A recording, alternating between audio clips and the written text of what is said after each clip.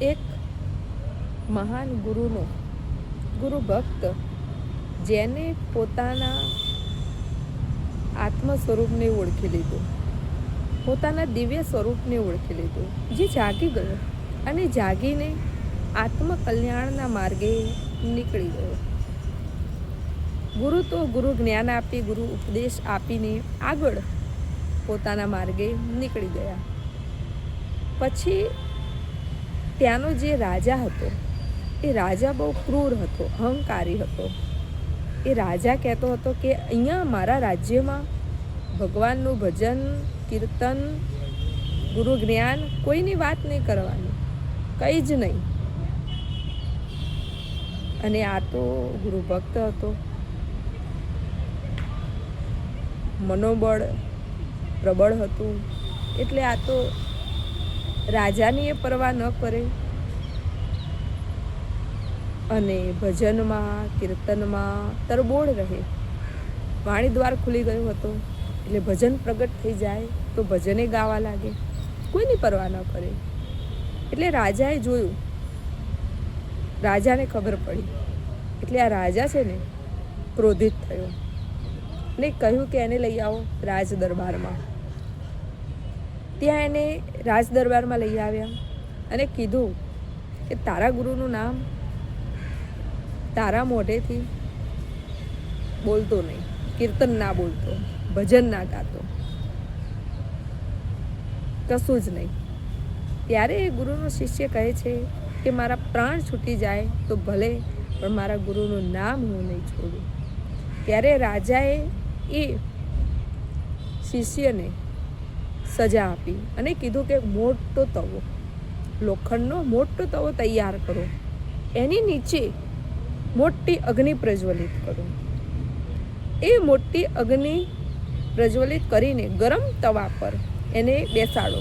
એને બેસાડ્યો ત્યાં, અને બેસાડ્યા પછી એની પર ગરમ ગરમ રેત નાખો. ને પછી જોઈએ છે કે કેવી રીતે એના ગુરુનું નામ છોડતો નથી.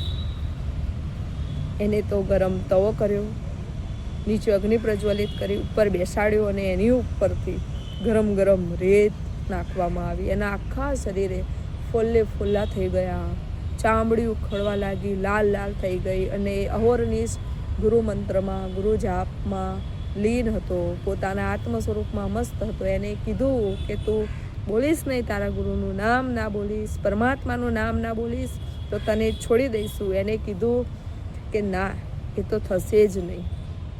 રાજાએ કીધું તારો ધર્મ છોડી દે, તું આ અમારો ધર્મ અપનાવી લે, અમે તને છોડી દઈશું, આ પરમાત્માને મૂકી દે, આ સદગુરુના નામને મૂકી દે. એને કીધું કે ના, કંઈ પણ થાય હું નામ તો મૂકીશ નહીં. મારા ગુરુએ મને જે આત્મકલ્યાણનો માર્ગ બતાવ્યો છે, મને મુક્ત કર્યો છે, જીવન મુક્ત કર્યો છે, મોક્ષે પહોંચાડી દીધો છે.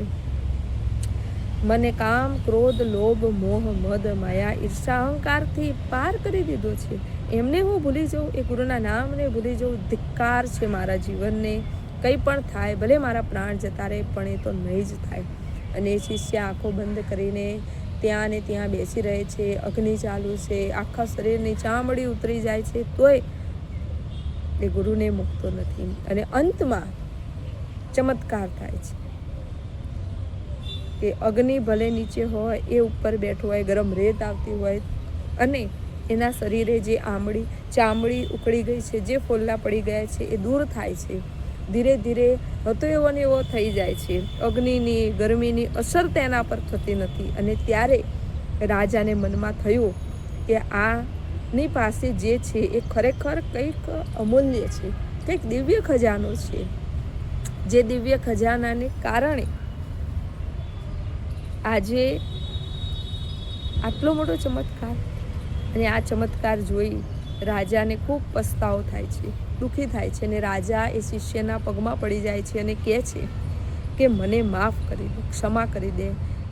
હું તારી ગુરુ ભક્તિ વચ્ચે આવ્યો, તારી પરમાત્મા ભક્તિ વચ્ચે આવ્યો, મેં તને અવરોધ ઉત્પન્ન કર્યો, મને ક્ષમા કરી દે, મને માફ કરી દે. ત્યારે એ ગુરુ ભક્ત કહે છે કે માફ કરવાવાળો તો હું કોણ છું, પણ કદી ગુરુ ભક્તનો દ્રોહ ન કરતા એને અવરોધ ઊભો ન કરતા એટલું જ મારું કહેવું છે.